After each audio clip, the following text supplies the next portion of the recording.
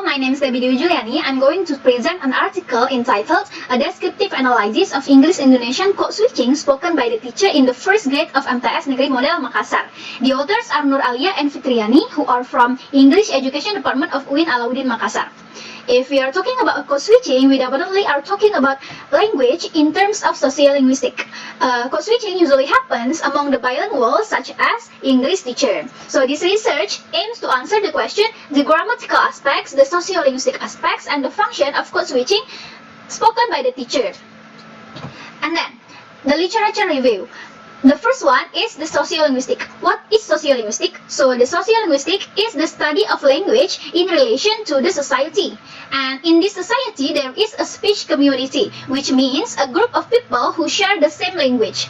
And then, as I said before, they usually experience a code switching. So what is code switching? Code switching is a situation when the people or the speakers switch a language, a variety or style of speech in their speaking. And then there are two approaches of code switching, grammatical and sociolinguistic perspectives, that explain that there are three types of code switching. We are going to discuss this in the findings and discussion part.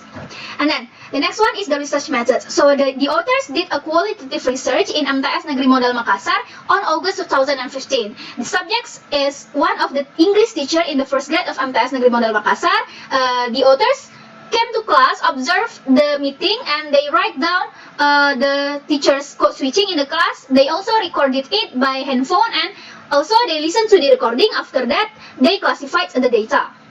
Okay, this one is the findings and the discussions. There are three types or category of code switching. The first one is grammatical aspect, divided into three also. The first one is existential or text code switching. The authors divided into English and Indonesian code switching. For example, for English is, okay, silakan buka halaman 20. And for Indonesian, what do you want to ask? Silahkan. So, we know from these examples that extrasensial or code switching is the code switching where the speaker switch attack from one language to another language in their speaking. Attack can be, for example, okay, silahkan, well, ayo, and etc. And then the second one is interstantial switching. They also divided into English and Indonesian. For example, how about your dictionary? Siapa yang tidak bawa? And then kalian punya tugas untuk pertemuan selanjutnya. You have to make the short dialogue. We know that the interstantial switching is the code switching where the speakers switch a clause or a sentence from one language to another language. And then the third one is introvert switching. For example, rearrange. So introvert switching is the code switching where the speaker switch a part of a word or a word from another language to others. For example, here is the prefix arrange. The prefix combined into the words arrange or disusun in Indonesia. And then the second types of sociolinguistic aspects, there are two, the metaphorical and the situational. So the metaphorical switching is the switching where the speakers code switching in order to show the specific purpose. For example, on the original article, it is stated that this is the situation where a student asked to introduce himself, and then the teacher gave comment on it, and the teacher says, and there we are. Kan berenang kalau bisa, tapi kalau tidak, mari tenggelam. Nah, here we know that the teacher code switch in order to joking. So the specific purpose here is joking. And then the second one is situational switching. The situational switching means that the speakers code switching to change the situation.